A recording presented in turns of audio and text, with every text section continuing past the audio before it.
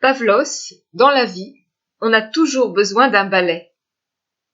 C'est au début des années 60, face à la logorrhée abstraite qui s'est emparée de la peinture, que Pavlos décide de s'orienter vers un matériau objectif.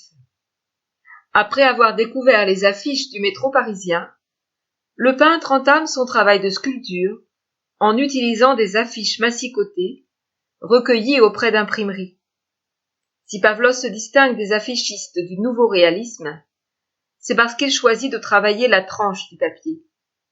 Pierre Restany a d'ailleurs écrit qu'on croyait que tout avait été dit sur l'affiche, jusqu'au jour où Pavlos apparut. En effet, ce dernier révèle la chair d'un matériau aux possibilités d'expression infinies.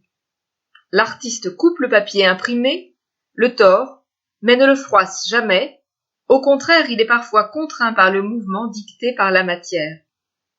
En marge du retour au réel, pop art, et de la nouvelle approche perceptive du réel, nouveau réalisme, la démarche de Pavlos n'est pas dogmatique et ne suit aucun programme. Elle consiste juste à dire « Regardez, ici aussi, il y a de la beauté ».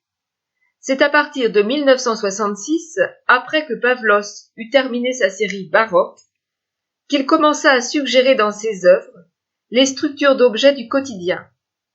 Soulignant la similarité des rythmes des bandes d'affiches massicotées et d'un dessin implicite, il organise leur répartition sur la toile jusqu'à faire coïncider le mouvement du papier avec l'image d'objets du monde réel.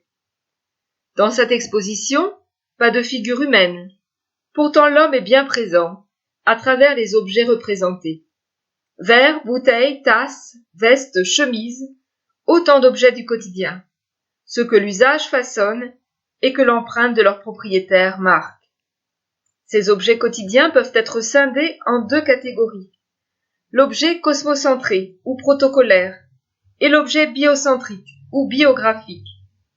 Le premier, destiné à être remplacé, se caractérise par la brièveté de son passage dans un intérieur, tandis que le second est intrinsèquement lié à l'intimité de son propriétaire.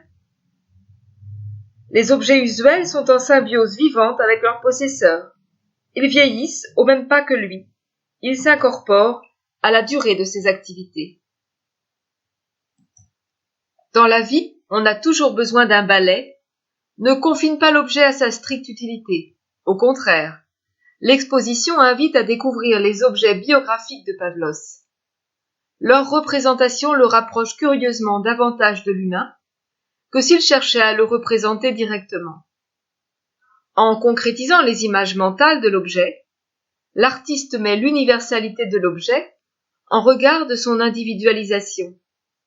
C'est ainsi que la relation intime sujet-objet dépasse le seul rapport technique et gestuel. À ce titre, Pavlos explique que lorsqu'un objet lui fait penser à quelqu'un, il est beaucoup plus près de cette personne que lorsqu'elle se trouve en face de lui. Georges Perec, à propos de sa table de travail, confesse que les objets qui y sont là parce qu'il tient à ce qu'ils y soient.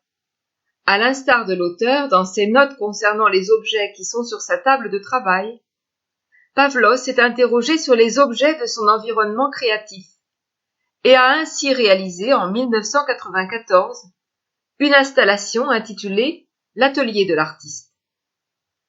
Pavlos prélève dans le quotidien des objets à résonance poétique. Libre à chacun de les remplir avec ses désirs et ses rêves. Malgré le processus d'accumulation, chaque objet biographique est un repère. Le temps qui passe, selon Perec, dépose des résidus qui s'empilent. Des photos, des dessins, des corps de stylo feutre, depuis longtemps desséchés, des chemises, des verres perdus, des verres consignés, des emballages de cigares, des boîtes, des gommes, des cartes postales, des livres, de la poussière et des bibelots. C'est ce qu'il appelle sa fortune. Dans un souci d'universalité, Pavlos représente des objets qui n'appartiennent pas à un individu en particulier. Comme dans une vitrine qui sépare le monde réel d'un monde imaginaire, les objets sont là, accessibles, mais seulement pour le regard. Plus largement, les objets du quotidien ont une portée sociale, en ce qu'ils peuvent devenir des signes distinctifs des groupes qui les utilisent. Mais pas seulement. À l'échelle individuelle, ces objets atteignent parfois le statut d'objets dits souvenirs. Ils deviennent des objets d'affection, dans la mesure où les sentiments sont au principe de l'attachement qu'on leur témoigne, et qu'il paraît impossible à leur détenteur de s'en séparer. Malgré la variété des objets quotidiens, aussi nombreux que les espèces naturelles peuplant le monde, la sélection de l'exposition s'est portée sur des œuvres de Pavlos représentant des objets à la charge intimiste.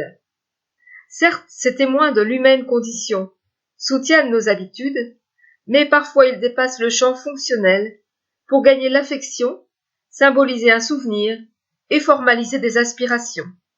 Les œuvres de Pavlos contiennent tous ces aspects, et plus encore.